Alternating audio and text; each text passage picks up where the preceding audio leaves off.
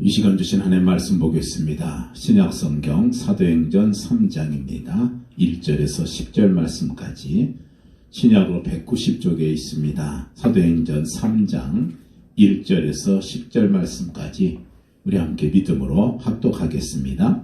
제9시 기도 시간에 베드로와 요한이 성전에 올라갈새 나면서 못 걷게 된 이를 사람들이 메고 오니 이는 성전에 들어가는 사람들에게 구걸하기 위하여 날마다 미문이라 하는 성전문에 두는 자라. 그가 베드로와 요한이 성전에 들어가려 함을 보고 구걸하거늘 베드로가 요한과 더불어 주목하여 이르되 우리를 보라 하니 그가 그들에게 무엇을 얻을까 하여 바라보거늘 베드로가 이르되 은과 금은 내게 없거니와 내게 있는 이것을 내게 주노니 나사렛 예수 그리스도의 이름으로 일어나 걸으라 하고 오른손을 잡아 일으키니 발과 발목이 곧 힘을 얻고 뛰어서서 걸으며 그들과 함께 성전으로 들어가면서 걷기도 하고 뛰기도 하며 하나님을 찬송하니 모든 백성이 그의 걷는 것과 하나님을 찬송함을 보고 그가 본래 성전 미문에 앉아 구걸하던 사람인 줄 알고 그에게 일어난 일로 인하여 심히 놀랍게 여기며 놀라니라. 아멘. 우리 사람들이 참 살아가는 그 모습을 보게 되면 전부와 똑같지가 않습니다. 전부 보면 각양각색이에요. 어떤 사람은 부모의 유산을 받아서 정말 풍족하게 평생을 힘들이지 않고 살아가는 그런 사람도 있는가 하면 또 어떤 사람들은 정말 천신만고 끝에 간신히 자수성가해서 어렵게 이렇게 살아가는 그런 사람도 있습니다. 또 그런가 하면 정말 평생 남의 도움을 받으면서 그렇게 살아가는 사람도 있습니다. 참 회사를 그만두고 잠시 들어가 보니까 똑같은 신학생인데도 그 형편이 다 똑같지가 않더라고요. 어떤 사람은 자가용 타고 학교로 등교하는 사람도 있는가 하면 또 어떤 학생은 보면은 정말 등록금이 없어가지고 거기서는 이 분납이 됐거든요. 그래서 올 이번 학기 등록하려면 지난 학기 잔금 겨우 치르고 그리고 분납하고 하는 그런 사람은 그렇게 하면서도 신학교를 다닌 사람도 있었습니다. 자, 이런 걸 볼 때 하나님은 왜 이렇게 공평하지 못하실까? 이렇게 생각되는 의구심이 가질 때도 있습니다. 그래서 잠언 기자는 말하기를 너무 가난하게도 하지 말고 너무 부하게도 말고 그저 일용할 양식으로 먹여달라 그렇게 기도했던 것을 볼 수가 있습니다. 오늘 본문 말씀 보면 거기 나면서부터 못 걷는 그런 사람이 있습니다. 이 사람은 태어나면서부터 어머니의 뱃속에서부터 불구예요. 그래서 걷지를 못해요. 아마 우리나라가 복음을 받아들이기 전 같았으면 사람들이 그 사람 보면서 뭐라고 말하겠어요? 불교의 영향을 받아서 도대체 저 사람은 전생에 무슨 죄를 많이 지어서 저렇게 불구로 태어났을까? 이렇게 아마 말할 것이고 유대인들 같으면은 저 안준뱅이가 저 도대체 태어나실까 아니면 태어난 것은 자기의 죄 때문입니까? 아니면 그 부모의 죄 때문입니까? 하고 이렇게 물을 수도 있겠습니다. 어쨌든 이 불구자는 자신의 힘으로 도저히 살아갈 수 있는 능력이 없었습니다. 그래서 날마다 그저 성전 문 앞에 거기 와서 거기 앉아서 다른 사람들이 그곳에 놓으면 그 자리에 서서 앉아가지고 성전에 들어가고 나가는 그런 사람들에게 한 푼 줍시오 하면서 공정을 구하면서 살아가는 그런 인생이 바로 오늘 본문에 나와 있는 바로 주인공의 모습입니다. 자, 그런데 베드로와 요한이 기도하러 성전에 들어가다가 그 불구자가 손을 대면서 한 푼 달라고 그렇게 했을 때에 그를 주목하면서 우리를 보라 그랬습니다. 그랬더니 그 불구자가 쳐다보는 거예요. 그때 베드로가 한 말이 뭡니까? 은과 금은 내게 없지만 내게 있는 이것을 내게 주노니 나사렛 예수 그리스도의 이름으로 걸으라 그렇게 말했습니다. 그러면서 손을 잡고 일으키니까 발과 발목이 곧 힘을 얻고 뛰어서서 걸으면서 그들과 함께 성전에 들어가면서 걷기도 하고 뛰기도 하면서 하나님을 찬송했다. 그렇게 말씀하고 있습니다. 오늘 기적의 말씀은요, 초대교회에 일어났던 수많은 기적 가운데서 첫 번째 기적의 기록입니다. 현대에 사는 많은 그리스도인도 많은 경험을 하고 있죠. 기적을 경험합니다. 이 기적이 뭐냐? 기적이라고 하는 것은 우리 인간의 이성이나 우리 인간의 사고는 도저히 이해할 수 없는 초자연적인 실제를 가리켜서 기적이라 그렇게 말합니다. 오늘 말씀은 바로 이 초대교회가 경험했던 하나님의 기적의 그 사건을 하나 다루고 있습니다. 도대체 우리의 생각이 들잖아요. 도대체 어떻게 태어날 때부터 정말 불구로 태어나서 걸어보지도 못하고 40년 동안 걷는 것은 고사하고 일어나 보지도 못한 그 장애인이 금방 그 자리에서 뛰어나서 일어서서 걷기도 하고 뛰기도 하고 걸을 수 있겠는가? 도대체 이 두 사도에게는 무엇이 있었기에, 우리 갖지 못한 무엇이 있었기에 그 앉음에 일으켜 세우기도 하고 그의 운명을 전인격적으로 바꿔놓을 수 있었을까? 도대체 기적을 일으킨 이유가 무엇일까?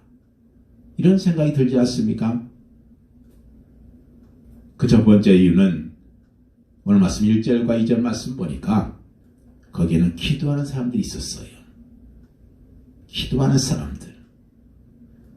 오늘 말씀 보면 이 사건이 일어나기 전에 그 베드로가 간 것은 뭐예요? 제9시 기도 시간에 갔다 그랬어요. 제9시 기도 시간에 베드로와 요한이 기도하기 위해서 성전으로 올라갈 때였다. 제9시 기도 시간이라고 하는 것은 하루에 3차례 있는 기도 시간을 준수해서 두 사도가 열심히 기도했다는 것을 의미하고 있잖아요. 쟤들이 쫓아내지 못한 그 귀신을 예수님께 쫓아냈었을 때 쟤들이 와서 묻습니다. 예수님, 도대체 어떻게 우리는 쫓아내지 못한 귀신을 예수님은 한 방에 끝냈습니까? 근데 예수님께 대답한 것이 뭐예요? 기도 외에는 다른 것으로는 이런 유가 나갈 수가 없느니라 그랬습니다. 기도 외에는 다른 방법이 없다는 거예요. 우리 성도들이 기도에 능했을 때 거기에서 능치 못한 일이 없다는 사실을 기억해야 돼요. 초대교회에 또 혹은 구약에 또 신약에 많은 기적의 사건들이 일어나고 있잖아요. 그런데 그들의 공통적인 특징이 있다면 그것은 뭐냐? 날마다 기도 시간을 정해놓고 기도했다는 거예요. 한나가 그랬고 솔로몬도 일천 번제를 드렸고 다니엘도 그랬고 엘리사 선지자 이런 사람들 보면 전부 다 어땠습니까? 정시 기도 시간을 정해놓고 기도한 겁니다. 기도 시간을 중시한다. 이것은 곧 하나님으로 인정한다고 하는 표시입니다. 부모님을 연세가 드시면 사시는 능력은 없잖아요. 근데 무슨 일이 있을 때 부모님 와서 상의할 때가 있잖아요. 그럼 부모님 좋아합니다. 왜 그래요? 자기를 인정해 주는 거잖아요. 그래도 저희가 나보다 훨씬 나을 텐데 와서 상의를 하는 거 보면 나를 부모로 인정해 주는구나. 이런 그거 아니겠습니까? 우리가 세상에서 그 무엇보다도 기도의 욕심을 내고 기도 시간을 많이 갖는 우리가 됐을 때 우리가 상상할 수 없는 그런 기적이 나올 수 있다는 걸 말씀하고 있습니다. 자, 두 번째는 바로 거기에 누가 있었는가? 예수 그리스도의 이름에 권세가 있었다는 겁니다. 나면서부터 못 걷는 자, 인간적인 생각으로 도저히 그의 치유 소생은 일어날 수 없잖아요. 불가능하잖아요. 그렇기 때문에 그를 아끼는 친구들이 그를 성전 미문이라고 하는 그 성전 문 앞에 데려다 놓은 것밖에는 더 이상 도움을 줄 수가 없어요. 그래서 역시 이 안준뱅이 역시도 다른 도움을 기대하지 않았습니다. 그저 지나가는 그런 그 성도들이 돈 몇 푼 던져주면 그거 얻으려고 와서 앉아있는 거예요. 그러나 이 사도들은 돈을 주는 일반적인 동정심보다는 근본적인 문제를 해결하고자 했던 것입니다. 우리 인생의 궁극적인 문제 해결은 누구예요? 바로 예수 그리스도의 이름이라는 것을 말씀하고 있어요. 사도들은 말합니다. 은과 금은 없지만 내게 있는 이것을 내게 준다. 곧 나사렛 예수 그리스도 이름으로 걸으라. 그렇게 말씀해요. 요한복음 15장 5절 말씀 보면 예수님께서 말씀합니다. 나는 포도나무요 너희는 가지니 저가 내 안에 내가 저 안에 있으면 이 사람은 과실을 많이 맺나니 나를 떠나서는 너희가 아무것도 할 수 없음이라 그랬습니다. 바로 이 두 사도는 예수 그리스도 안에 있었기 때문에 능력이 나타난 것입니다. 세상 사람들은 돈만 있으면 다들 살 수 있다고 생각하잖아요. 물론 황금 만능주의가 팽배한 사회 속에서 돈으로 할 수 있는 일이 굉장히 많습니다. 그렇지만 반대로 돈으로 할 수 없는 일이 더 많아요. 오늘 본문에도 볼 수 있듯이 태어나면서부터 걷지 못한 자가 어떻게 돈으로 일어날 수 있겠어요? 그렇지만 예수 그리스도를 마음속에 모시는 순간 그의 운명이 바뀐 거 아니겠습니까? 사도 바울도 말해요. 내게 능력 주시는 자 안에서 예수 그리스도 이름 안에서 내가 모든 것을 할 수 있느니라. 이런 고백을 어떻게 할 수 있어요? 세상에 그 무엇보다도 예수를 모시고 사는 사람들, 그 사람들에게 능력이 있다는 것을 말씀하지 않습니까? 오늘 말씀에 이 남에서부터 안전병이 된 사람, 일으킨 이 두 사도, 이 놀라운 기적을 행한 사도 베드로 그리고 요한이 특별한 사람인가? 그렇지 않습니다. 우리와 똑같은 동일한 사람들이 보통 사람들이에요. 근데 어떻게 이런 기적을 행할 수 있었는가? 그들에게는 예수 그리스도가 있었어요. 그리고 쉼이 없는 기도가 있었습니다. 그리고 세 번째는 남을 불쌍히 여길 수 있는 그런 자비로운 마음을 가지고 있었다는 거예요. 그리고 마지막으로 성령의 음성에 순종할 줄 아는 살아있는 믿음, 바로 그 믿음이 있었기 때문에, 바로 이 네 가지가 있었기 때문에 거기에서 놀라운 기적이 나타난 겁니다. 지금도 마찬가지예요. 내 안에 예수 그리스도가 있고 내가 쉬지 않는 그런 기도가 있고 그리고 누구를 볼 때 정말 불쌍히 여기는 그런 마음, 이게 은사거든요. 그리고 성령께서 감동 주실 때 망설이지 않고 즉각적으로 순종할 줄 아는 그런 살아있는 믿음, 바로 그게 있을 때 여러분 우리 주변에서 지금도 많은 역사가 일어날 수 있다는 사실을 기억해야 돼요. 우리는 예수님의 증인이라고 하잖아요. 여러분 증인이란 말은요, 봐야 돼요. 본 것을 말하는 사람이 증인입니다. 뉴턴은 사과가 떨어지는 걸 보면서 만유인력 법칙을 발견했다 그러잖아요. 이 사과 떨어지는 것은요, 뉴턴보다 사과 과수원지기가 훨씬 더 많이 봤을 거예요. 하지만 그들은 그걸 보면서 깨닫지 못했어요. 뉴턴은 그것을 자세히 보고 거기서 놀라운 사실을 발견한 거죠. 스티븐스는 물이 끓는 걸 보면서 전기기 관찰을 만들어야 되겠다. 그래서 전기기 관찰 기관을 발명했고요. 나이트 형제는 독수리가 날아가는 걸 보면서 비행기를 생각했고, 현대리 아버지는 햄델이 오르간 치는 걸 보면서 얘는 대음악가가 될 것 같다. 그걸 발견했고, 돌멩이를 보면서 아인슈타인은 방정식을 연구해냈고, 조지 밀러는 전쟁 속에서 고아를 보면서 하나님의 마음을 보았어요. 그래서 우리 증인이라면 우리는 볼 걸 봐야 돼요. 내가 예수님의 증인이라면 내가 볼 것이 뭔가. 오늘 본문을 통해서 꼭 두 가지 모습을 볼 수 있어야 됩니다. 그 첫 번째가 뭐냐? 불신자의 모습을 바로 볼 수 있어야 한다는 거예요. 나면서부터 못 걷는 자, 소위 세상에 말하는 운명 있잖아요. 나면서부터, 뱃속에서부터, 여보성에 보면 어머니의 자궁에서부터 불구자 이렇게 나와 있어요. 그런데 그런 사람도 하나님을 만나면 운명이 바뀌어요.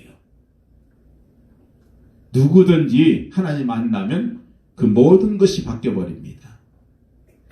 오늘 본문에서 이 불거자는 남에서부터 안진병에서 그가 태어나서 자라고 성인이 돼가지고 할 수 있는 것이 뭔가 해서 연구해낸 직업이 바로 뭐예요? 성전 비문에 앉아서 구걸하는 것이었어요. 일주일에 한 번도 쉬지 않고 날마다 성전에 나와서 구걸했습니다. 참 자리는 참 잘 잡았어요. 왜냐하면 그것이 수입이 짭짤한 곳이거든요. 왜냐하면 바리새인들은 숨어서 있는 곳은 구제하지 않습니다. 사람들이 보는 데서. 근데 대개 사람들이 다 그렇잖아요. 누가 볼 때 그거 보는 것 때문에 이렇게 자선을 하잖아요. 자기 이름을 나타내려고. 또 체면이 있으니까. 장사를 해도 자리가 참 중요하다 그래요. 자리가 50% 먹는다. 자리만 잘 잡으면, 목을 잘 잡으면 그냥 50%는 성공한 것이다.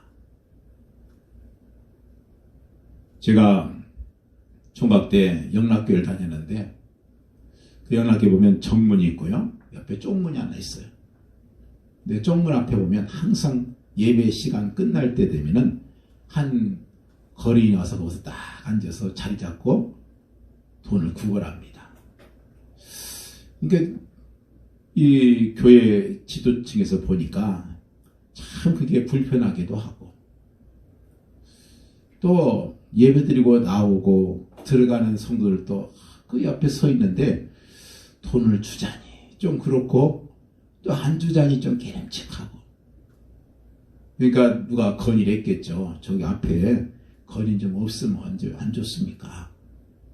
그래서 교회 상의를 해가지고 그 거린을 찾아와서 이제 얘기합니다. 여기 있으니까 여러 가지로 불편한 게 있으니까 좀 다음부터는 오지 마세요. 그러면서 목돈을 챙겨주셨어요. 목돈 챙기니까 참 좋잖아요. 그래서 그걸 챙겨가지고 진짜 그 다음 주에 보니까 그 사람 안 나왔어요. 누가 나와 있는가? 또 다른 거린이 와서 바튼 타치해가지고 거기서 기다리고 있는 거예요. 자기 자리를 판 거죠. 자리가 좋은 자리니까. 여러분 그런데 아무리 자리를 잘 잡아서 구걸해서 돈이 된다 해도 역시 그 사람은 거린이에요. 그래도 나름대로 구걸할 수 있도록 내려다보는 사람이 있었죠. 육신적인 봉사자입니다. 누군지는 모르겠지만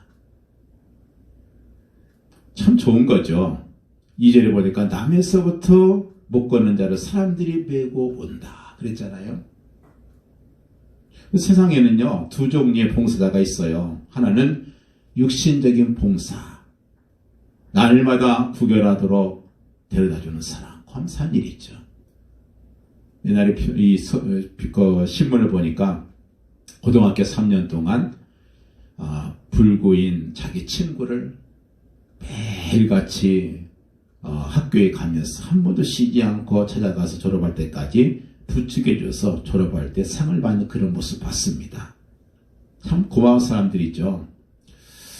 또 그런데 성전에 들어올 때마다 이 불쌍한 이 거린에게 동전을 던져주는 사람도 있었습니다. 물질적인 봉사자들이죠.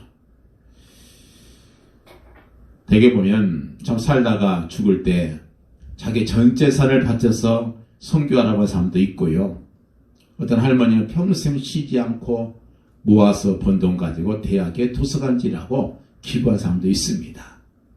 저는 미국에 졸업식 갈 때 보니까 그 록펠러 채플실이라고 있는데 록펠러라고 하는 유명한 그런 이제 그 거부가 자기의 그 돈을 기부해서 그 학교에다가 채플실을 차렸는데 얼마나 어마어마하게 튼튼하게 됐는지 수십 년이 지났는데도 얼마나 튼튼한지 몰라요. 그래서 많은 그 학생들이 그곳에서 예배드리고 졸업식하고 그런 모습 보면서 참 그분을 이렇게 기리는 그런 모습 보니까 참 그게 좋은 일 아니겠습니까?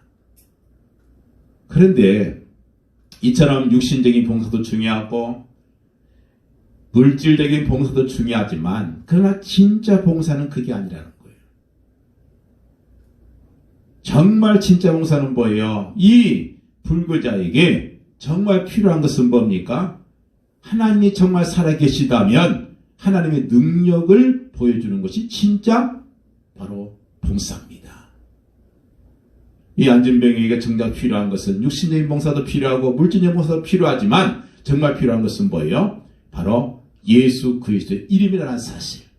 이거를 두 사도가 깨달은 것입니다. 그래서 베드로는 이 성령의 감동이 왔을 때 그 거리를 향해서 크게 선포하잖아요. 은과 금은 내게 없지만은 내게 있는 것을 내게 준다. 이것을 준다. 곧 나사렛 예수 이름으로 걸어라. 나중에 놀라서 모여든 군중을 향해서 베드로가 이렇게 말하지 않습니까? 예수님을 너희가 몰라보고 십자가에 못 박았는데 그분은 사실적으로 부활하셨다. 그분의 이름으로 말했더니 이 안진뱅이가 일어났습니다. 이렇게 말하잖아요. 여러분, 이 땅의 진짜 선물이 뭡니까? 사람들에게 하나님의 살아계심을 알게 되는 거예요. 이게 진짜 선물이란 말이에요. 지금도 하나님 분명히 살아계셔서 역사를 주관하고 계시기 때문에 그 하나님을 알게 하는 것, 이것이 가장 큰 축복이고 가장 큰 선물이라는 거예요. 사람들에게 하나님이 살아계심을 알리는 것, 이게 봉사 중에 가장 큰 봉사다. 이걸 우리 본문을 위해서 말씀합니다. 왜냐? 사람은 하나님 만나야 행복해요. 하나님 안 만나지 않으면 아무리 상적인 걸 채워도 만족이 없어요. 십발병 집에 살던 사람이 처음에는 불편한지 몰랐는데 조금 더 25평짜리 가니까 내가 18평에서 어떻게 살았던가 그런 생각이 들더라는 거예요. 그러다가 35평 집으로 넓혀가니까 너무 편하고 너무 좋은 거예요. 이렇게 조금씩 살다 보면 더 넓고 더 편한 줄을 모르는 것이 이게 이게 사람의 욕망입니다. 그런 사람이 하나님을 만났을 때 하나님 만나버리면 비로소 모든 방황이 끝나는 거죠. 그래서 사람은 그렇습니다. 하나님을 만날 때 모든 갈등, 모든 그 방황이 끝난다. 그런데 하나님 못 만나면 어떻게 해요? 결국 방황하는 거예요. 이걸 향해서 또 저걸 향해서. 그래서 나중에는 마약으로 가는 사람도 있고 도박으로 가는 사람도 있고 카지노 같은 데 가는 사람도 있고 그렇지 않습니까? 어린아이가 엄마를 못 만나면 어떻게 해요? 배가 고플 때 뭡니까? 아무거나 빨아버리잖아요. 소리 탁 치는 대로. 돌멩이도 빨고 손가락도 빨고. 그래도 만족이 없으니까 우는 거 아니겠어요? 배고파 우는 어린아이에게 엄마가 없이 무슨 목걸이, 귀걸이, 반지가 뭐가 필요하겠냔 말이에요. 우리 인간이 하나님을 못 나니까 불행할 수밖에 더 있겠습니까? 하나님을 못 만난 사람들이 불행한 것은 당연한 것입니다. 그래서 방황할 수밖에 없다는 거예요. 그렇기 때문에 이런 사람들에게 하나님의 살아계심을 증거하는 것이 가장 큰 봉사다. 그 말이 은과 금은 내게 없거니와 내게 있는 이것으로 내게 주노니 곧 나사렛 예수 이름으로 일어나 걸으라, 이 말씀인 거예요. 정말 안진병에게 필요한 것은요, 육신적인 봉사, 물질적인 봉사가 아니라는 거예요. 그것을 베드로가 봤다는 거예요. 요한이 본 것입니다. 그래서 주목하여 봤다, 그 말은 아주 자세히 봤다는 거예요. 저 사람이 정말 필요한 것이 뭘까? 그래서 우리 그리스도인들은 세상을 보는 눈,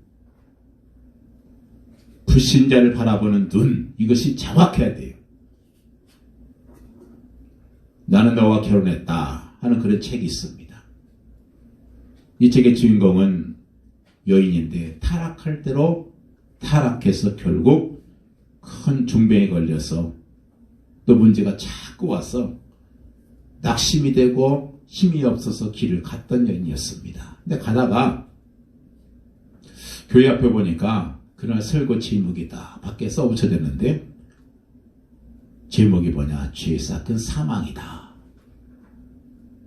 이런 글이 있는 거예요. 그래서 들어가서 잠깐 듣는데 죄사은 사망이다. 이런 설교를 목사님이 하시는 거예요.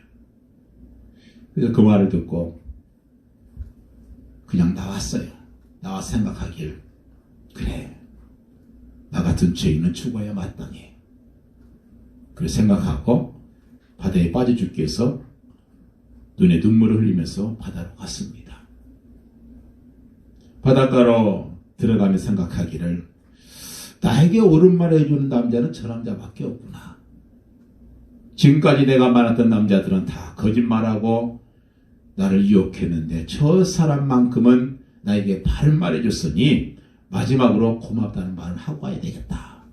그래서 전화기 앞에 서서 전화를 걸었습니다. 끝까지 설교 듣지 않아 또 나왔던 그 여가, 내가 오늘 목사님 설교를 너무 감명 있게 잘 들었습니다. 나는 죄인입니다. 그리고 확신 얻었습니다. 목사님 물어요. 무슨 확신 얻으셨습니까? 그랬더니 나는 죽어서 마땅한 사람이라서 죽기로 결심하고 마지막으로 목사님께 고맙다는 인사를 드리기 위해서 전화했습니다. 그랬어요. 이 전화를 받은 목사님이 성령인도를 받아서 무조건 바닷가로 나갔어요.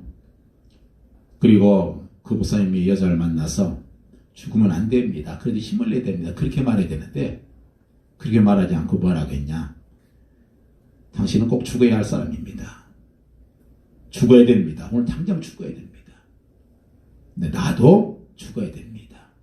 우리는 다 죽어야 할 죄인인데 예수님께서 십자가를 지시고 우리 모든 죄를 다 청산하셨습니다. 지금부터라도 하나님 품으로 돌아오시면 당신의 모든 문제 끝납니다. 하나님 앞에서는 옛날의 잘못은 다 가치가 없습니다. 이렇게 말해줬더니 이 말을 듣고 그 자리에서 무릎을 꿇고 예수님 구주로 영접하고 그리고 돌아섰습니다. 그리고 유명한 사람이 되었다는 그 책의 내용이에요. 우리 예수님께서는 불신자를 쳐다보면서 뭐라고 말하느냐. 저 사람들은 사탄에게 눌려서 죽어가는 사람들이다. 이렇게 봤어요.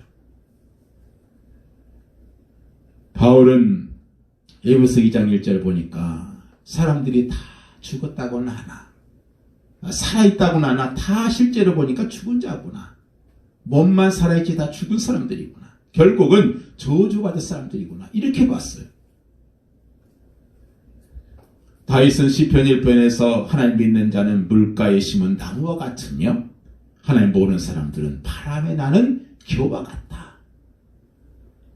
바람이 불었을 때 하늘에 막 휘달려 있는 그 겨, 그게 사람들이구나. 하나님 모르는 사람들의 모습이 그것이구나. 야고보는 말하기를 4장 14절에 모든 인생은 안개와 같구나. 안개가 잠깐 대단한 것 같지만 바람이 불고 햇빛이 나면 순식간에 사라져버리는 그게 인생이구나. 베드로는 우리가 잘 나가고 영광스러운 것이 보니까 그저 잠깐 있다 피었다 지는 꽃과 같다. 이렇게 봤던 거예요. 여러분 우리는 사람 보면서 뭐라고 생각합니까? 저 사람 돈 많구나. 저 사람 권세가 있네. 저 사람 참 잘생겼네. 이게 아니라는 거예요. 사람들이 실패하는 이유는 일과의 사실을 몰라서 그래요. 첫째는 뭡니까? 원래 인간은 하나님 형상대로 창조되었다는 거예요. 하나님 형상대로 지음받았다. 우연한 자에게 생긴 그런 진화된 존재가 아니라 하나님께서 하나님 형상대로 지은 자들이고, 두 번째는 그런데 마귀 때문에 그 형상이 망가지고 어두워져서 그 영이 죽게 됐다는 거예요. 그 세 번째 사실은 그때부터 우리 인간에게는 죽음과 고통과 질병과 실패가 우리 인간에게 들어왔다는 것이고, 네 번째는 우리는 이 땅에서 나그네 같은 생을 살다가 본향으로 간다는 것입니다. 그 본향이 천국일 수도 있고 지옥일 수도 있다는 거예요. 다섯 번째, 그 잃어버렸던 하나님의 형상을 회복하기 위해서 우리 예수님께서 오셨다는 거예요. 여섯 번째는 그 예수님은 하나님이시고 동시에 사람이다. 이거 마지막으로 이 예수를 생명을 내 속에 영접했을 때에 내 모든 문제가 해결된다. 이 일과의 사실을 몰라서 그래서 문제가 해결 안 되고 실패하는 겁니다. 이것만 알면 모든 문제 해결이라는 거예요. 이게 성경이 말씀하는 거예요. 하나님을 모르는 사람들 어떻습니까? 요한복음 4장 8장 44절에 보니까 마귀의 자녀다. 마귀의 손에서 벗어날 수 없는 그런 존재, 영적인 상태는 세상의 풍속을 쫓고 종로 타는 그런 존재다.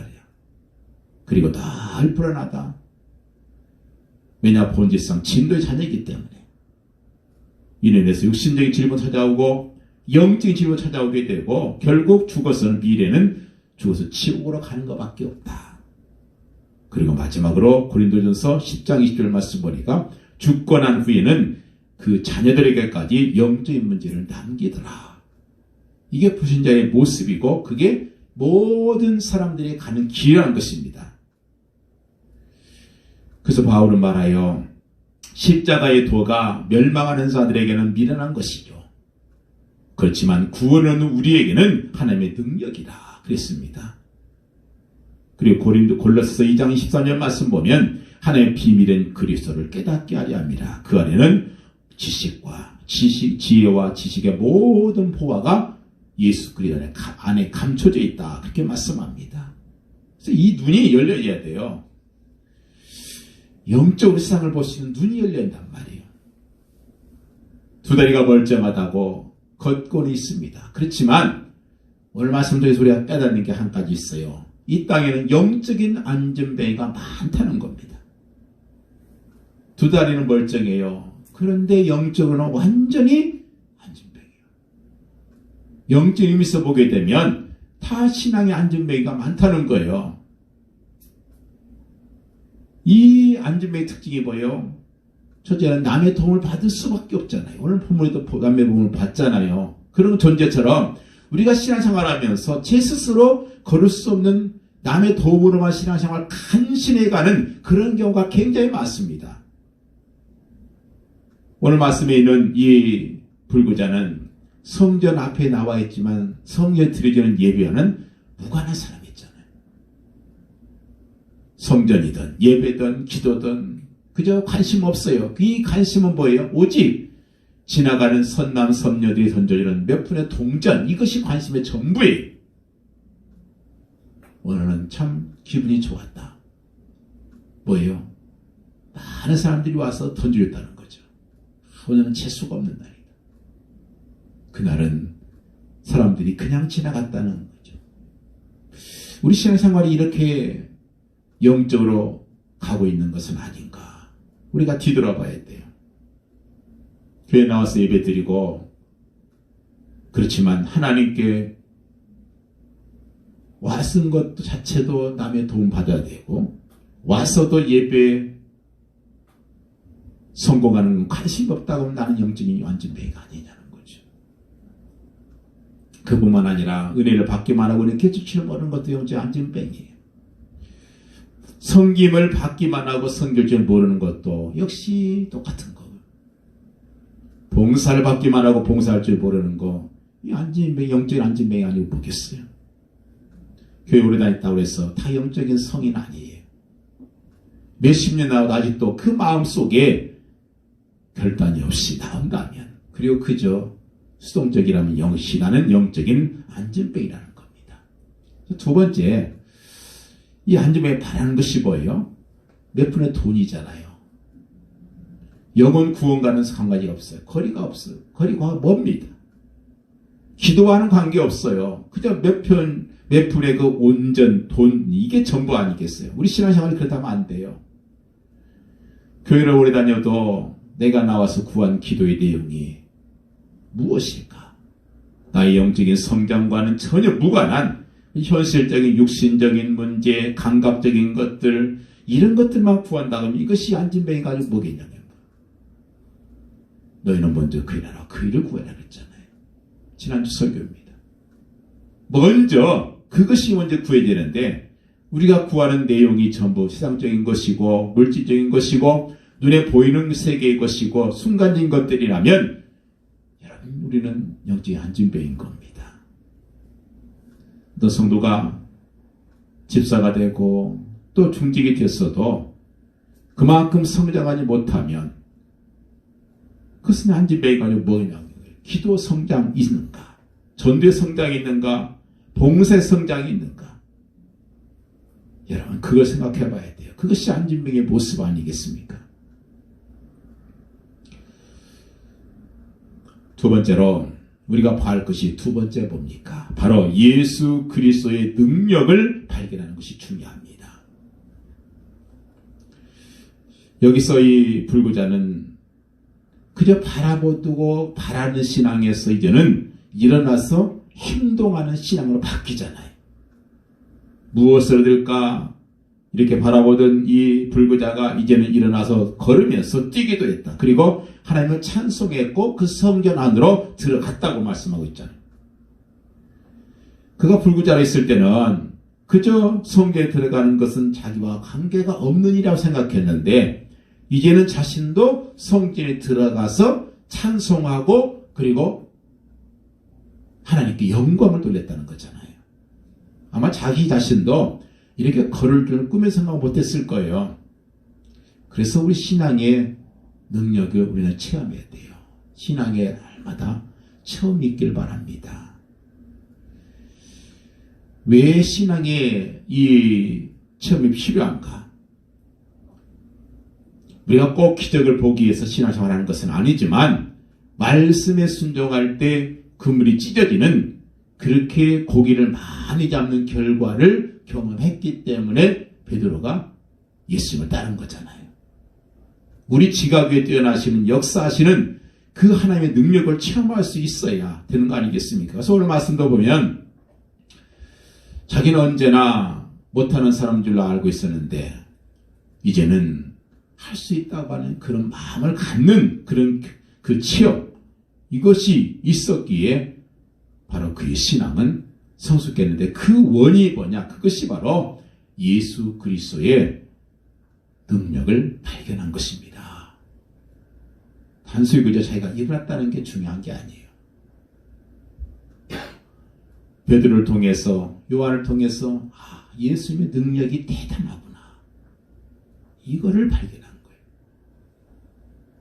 은과 금은 내게 없지만은 내게 있는 이것으로 내게 준다. 그러면서 나사렛 예수 그리스도 이름으로 걸으라. 이 말은요. 우리에게 많은 걸 생각하게 만들어요. 오늘의 그리스도인들이 이 세상을 살아갈 수 있는 것이 무엇일까? 과연 나는 가진 것이 뭘까? 지금도 이 사회는 우리를 향해서 뭔가 구하면서 손을 내밀고 있다면 내가 줄 수 있는 것은 무엇이냐는 겁니다. 적어도 우리가 은과 금은 가지고 있지 않다 할지라도 예수 그리스도는 가지고 있어야 되지 않겠냔 말이에요. 그것마저 가지고 있지 못한 그리스도인이라면 그게 맛을 잃은 소금 아니고 뭐겠어요. 예수가 없는 그리스도인들, 예수가 없는 그리스도인, 예수가 없는 증직자라면 이 사회에 뭘 줄 수 있겠습니까? 우리가 줄 수 있는 것은 바로 나사렛 예수 그리스도의 이름뿐이다. 그 이름을 우리가 줄 수 있어야 됩니다. 초대교회와 우리 한국교회, 현대 많은 교회들과 차이가 뭐겠어요? 6절에 보니까 베드로가 가로되 은과 금은 내게 없지만은 내게 있는 이것을 내게 주노니 나사렛 예수 이름으로 걸으라 그랬지 않습니까? 사실 초대교회가 이 예수 그리스도 이름의 능력을 발견하기 전에는 정말 무능한 상태였습니다. 그 능력을 알았을 때 담대하게 그리스도를 전할 수 있는 힘이 생긴 거 아니겠습니까? 바로 이 믿음의 사람들만이 할 수 있는 일, 또 해야 할 일, 이것이 뭐겠어요? 당장 몇 푼 돈 구제하는 거, 이것이 전부라 생각하면 착각이에요. 그거는요, 웬만한 차선은 있는 사람은 다 할 수 있습니다. 그렇지만 예수 그리스도의 이름을 전해주는 것은 오직 그리스도만이 할 수 있는 일이란 말이에요. 중세 유명한 신학자인 토마스 아퀴네스가 이런 말을 했어요. 초대교회는 은과 금은 내게 없거니와 내게 있는 이것으로 내게 주노니 곧 나사렛 예수 이름으로 일어나 걸으라고 하는 그렇게 말하시는 능력이 있었다. 그러나 오늘 우리 교회는 금으로 기둥을 만들고 대리석으로 바닥을 깔아서 엄청난 하나님의 집을 지었다. 우리 교회는 땅도 많고 건물도 가지고 있다. 사람도 많다.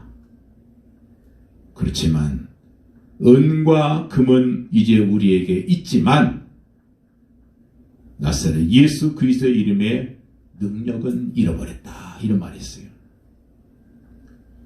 초대교회와 현대교회의 차이가 바로 그거라는 거예요. 초대교회는 가난했습니다. 그러나 예수 그리스도의 이름에 능력이 있었어요. 그러나 현대는 부자가 됐지만 예수 그리스도의 이름의 능력을 잃어버렸다는 거예요. 오늘 교회와 우리 성도들이 정말 돈독이 올라서 더 가져도 더 가지려고 하는 이 시대 사람들에게 그들에게 돈 자랑하려는 유혹을 뿌리치고 예수 그리스도의 이름의 능력을 담대하게 전해야 된다는 것입니다. 죄 사하시는 예수 그리스도의 이름을, 기도를 들으시는 예수 그리스도의 이름을, 하나님의 아들이 되게 하시는 예수 그리스도의 이름을, 그 예수 그리스도의 권세를 담대히 주어야 된다는 겁니다. 천하인간에 구원받을 만한 다른 이름을 우리에게 주신 것이 없다. 오직 예수 그리스도 이름뿐이다. 돈의 노예가 되어 살아가는 사람들에게 예수 그리스도의 거룩하신 이름을 주어서 참된 구원을 알게 하고 참 자유를 알게 하고 은과 금이 아니라 예수 그리스도의 이름이 당신을 구원하신다.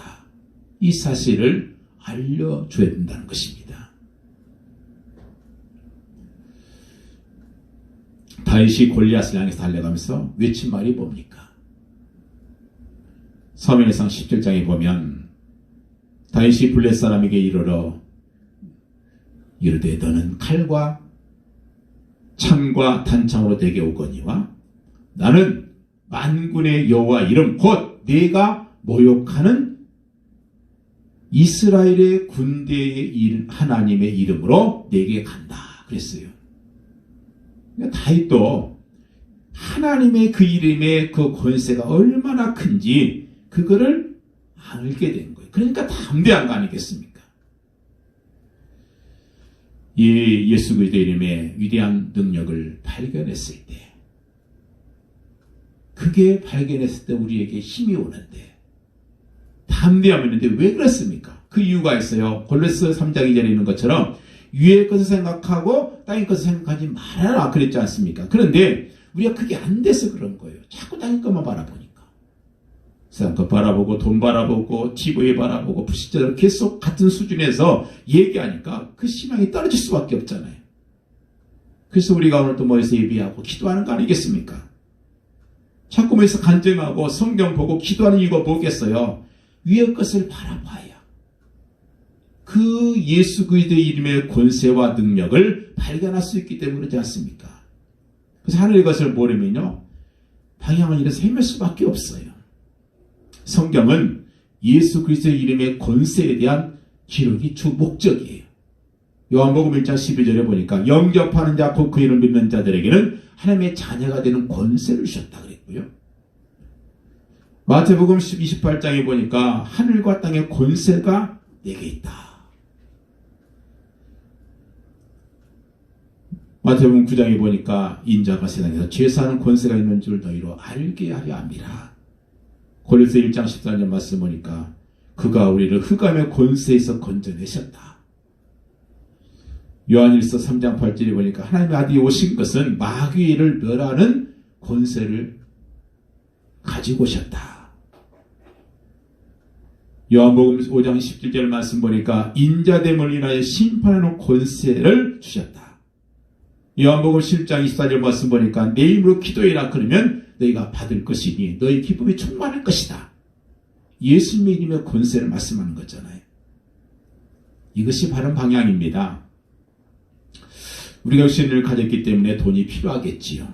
그러나 이 거린에게는 동전이 필요한 것이 아니고 더 중요한 것은, 더 필요한 것은 자신의 운명을 기불구자에서 벗어나는 것이 더 필요한 거였어요. 근데 그 운명이 바뀌려면 어떻게 돼요? 간단합니다. 예수 그리스도 안으로 들어오면 되는 거예요. 예수 그리스도라는 이름, 그것은 하나님이시란 말이잖아요. 예수님과 하나님이기 때문에 그렇습니다. 그래서 빌립보서 말씀도 그렇고 요한복음 1장에도 보면 사람의 몸을 입고 이 땅에 오신 분이 예수님이라는 거예요. 하나님께서. 그렇기 때문에 예수님을 부른다는 것은 곧 하나님을 만난다는 것이고, 그것은 곧 예수님의 그 능력이 우리 속에 임하는 이름이라는. 그래서 예수님의 이름은 어마어마한 능력이 있습니다. 내가 예수님 안에, 예수님이 내 안에 있으면 무슨 일이든지 다 할 수 있다. 예수님이 내 안에, 내가 예수님 안에 있단 말이 무슨 말이에요? 마치 우리가 물속에 잠수하면요, 내가 물속에 있고 또 물이 내 안에 있잖아요. 그렇게만 되면 완전히 달라집니다. 기도도 달라지고요. 오늘 말씀처럼 나사렛 예수님으로 일어나 걸으라, 그렇게 말씀하도 있고, 나사렛 예수를 명하노니 악한 영아 물러갈지어다. 여러분, 이게 중요한 거 아니겠습니까? 예수님으로 악한 영아 물러가라, 이것보다도 내게 있는 주 예수께서 내게 명하노니 물러가라, 이게 더 합당한 기도예요. 내 안에 있는 예수 그리스도. 우리가 빨리 회복할 것이 뭐겠어요? 참 성공하기를 원하잖아요. 그러나 왜 성공해야 되는가 이유 알아야 됩니다. 복음만을 위해서 내 중심 속에 누가 있는가? 바로 예수 그리스도, 그 이름을 붙들고 기도하면 하나님께서 반드시 응답하시게 되어 있습니다. 이렇게 되면 우리는 하나님의 응답의 문이 활짝 열리는 것을 체험하게 될 거예요. 그러면 무엇을 해도 괜찮습니다. 아마 쉐이브라는 사람을 아마 들어봤을지 모르겠어요. 미국에서 큰 강철회사, 그 강철회사에 이 사람은 처음에 청소부로 들어갔습니다. 이 사람이 얼마나 기도를 많이 했는지, 기도를 많이 하면서 청소를 기가 막히게 잘했어요. 다른 사람들보다 1시간 먼저 출근해서 청소하고 1시간 늦게까지 청소를 했어요. 그래서 세계에서 정말 1등인 청소부가 됐습니다. 근데 그 이유는 뭐냐면, 복음을 전해야 되겠다. 이렇게 해서 감동줘서 예수 이름을 나타내야 되겠다. 그 마음 가지고 이렇게 한 거예요. 근데 그렇게 되니까요, 얼마 되지 않아서 그 사람이 청소부장이 됩니다. 청소부장이 되면 그냥 감독이나 하고 슬슬 해도 되는데, 청소부 중에서 혹시 아파서 안 나온 사람 있으면 더 대신 가서 해주기도 하고, 또 일꾼들이 힘을 주기도 하고, 또 제일 잘하는 청소부장이 됐어요. 그래서 나중에 이 사람 어떻게 되느냐, 계장으로 승진하고 과장으로 승진하다가 나중에는 그 강철회사 회장인 카네기의 비서실장이 됩니다. 그 카네기가 은퇴할 때가 됐어요. 세계 매스컴이 집중이 되었습니다. 도대체 이 카네기가 이 강철회사를 누구한테 그 회장 자리를 이어줄 것인가, 이게 관심사였어요. 놀랍게도 이 카네기 회장이 그 강철회사를 이 쉐이브라고 하는 이 사람에게 그 회사를 넘겨줍니다. 그때 그 쉐이브가 그랬어요. 사장님한테 하기에는, 사장님, 지금까지 제가 회장님 말씀을 한 번도 어긴 적은 없습니다만은 이번만큼은 내가 거절할 것 같습니다. 이 회사만큼은 제가 맡을 수가 없습니다. 왜냐하면 사장님 밑에는 좋은 박사들도 많고 가족들 중에도 훌륭한 사람들이 많기 때문에 그렇습니다. 근데 어떻게 제가 이 막중한 일을 감당할 수 있겠습니까? 이것만은 못할 테니까 저는 그저 비서에 만족하겠습니다. 그렇게 사양을 했어요. 그때 카네기가 한 말이 있어요. 과학자가 필요하면 과학자 불러다 쓰고 돈 주면 되고, 경제인 필요하면 경제인 불러다가 일 시키고 돈 주라. 수학이 필요하면 계산자라는 사람 불러다가 돈 주고 써라. 내가 자네를 선택한 것은 뭐냐면 자네에게는 가장 좋은 무기가 있기 때문이다. 그러면서 자네 속에는 살아계신 하나님이 계시지 않는가. 나는 그것을 보고 자네에게 예사를 맡긴다네. 이 말이었어요. 자네 안에는 살아계신 하나님이 있지 않는가. 누가 봤을 때 당신 속에는 예수 그리스도의 이름이 있지 않는가. 이런 말을 들을 수 있다고 하면 얼마나 감사한 일이에요. 여러분, 두 가지를 꼭 발견하길 바라요. 우리 자신의 영적인 상태를 볼 수 있는 눈, 다시 말해서 세상을 볼 수 있는 눈이 열려지길 바라고, 두 번째는 예수 그리스도의 이름의 능력을 볼 수 있는 눈이 열려지면, 이 두 가지 눈만 열려지게 되면 내게 있는 모든 문제는 다 해결될 것입니다. 그 이름 부르기만 하면 사단의 권세 완전히 끝나는 것이고, 그 이름만 부르면 흑암의 권세에 다 벌벌 떠는 이름이 바로 예수님의 이름 아니겠습니까? 성령의 역사와 하나님의 은혜와 능력이 다시 한번 우리 교회에 회복되어지는 귀한 축복이 있기를 예수님으로 간절히 축원드립니다. 기도합니다. 할렐루야. 아버지 감사합니다. 오늘도 사랑하시고 인도하셔서